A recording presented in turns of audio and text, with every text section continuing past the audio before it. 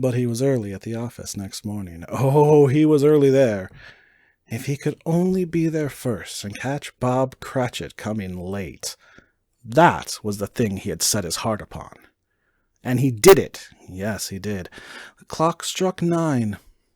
No Bob. 1:15. No Bob.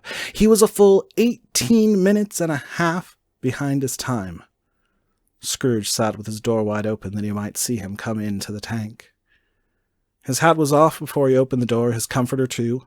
He was on his stool in a jiffy, driving away with his pen as if he were trying to overtake 9 o'clock. "Hello," growled Scrooge in his accustomed voice as near as he could feign it. "What do you mean by coming here at this time of day?" "I'm very sorry, sir," said Bob. "I am behind my time." "You are?" repeated Scrooge. "Yes, I think you are. Step this way, sir, if you please." "It's only once a year, sir," pleaded Bob, appearing from the tank. "It shall not be repeated. I was making rather merry yesterday, sir."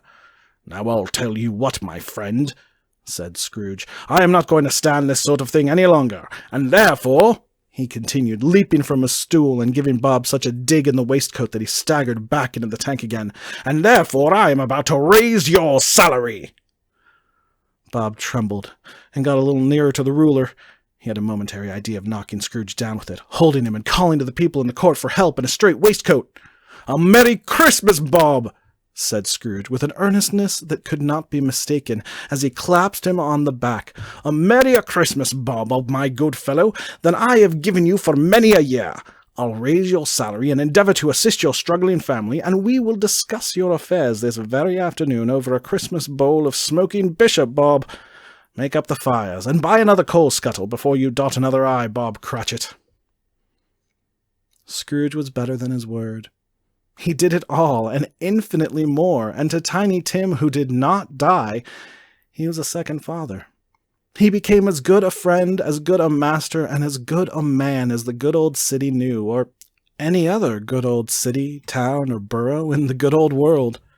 Some people laughed to see the alteration in him, but he let them laugh, and little heeded them, for he was wise enough to know that nothing ever happened on this globe for good, at which some people did not have their fill of laughter in the outset, and knowing that such as these would be blind anyway, he thought it quite as well that they should wrinkle up their eyes in grins as have the malady in less attractive forms.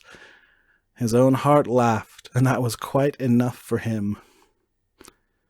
He had no further intercourse with spirits, but lived upon the total abstinence principle ever afterwards, and it was always said of him that he knew how to keep Christmas well, if any man alive possessed the knowledge. May that be truly said of us, and all of us. And so, as Tiny Tim observed, God bless us, everyone.